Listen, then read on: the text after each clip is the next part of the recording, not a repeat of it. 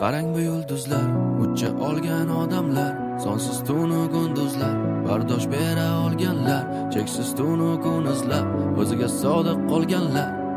Qarang bu yulduzlar, insonlar. Qarang bu yulduzlar, ucha olgan odamlar, sonsiz tunu kunduzlar, bardosh bera olganlar, cheksiz tunu kunuzlar, o'ziga sodiq qolganlar. Qarang bu yulduzlar, insonlar.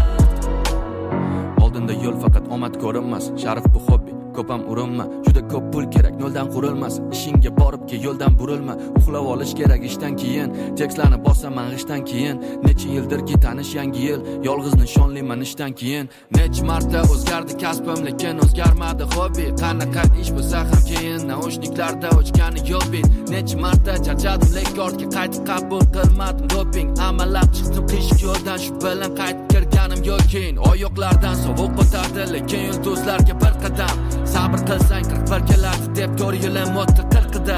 Bitta narsa bo'ldi, ummatgacha shuni topdi va turqidi. Boshqa tilda ayt deyishardi o'zbeklarimiz o'zini yurtida.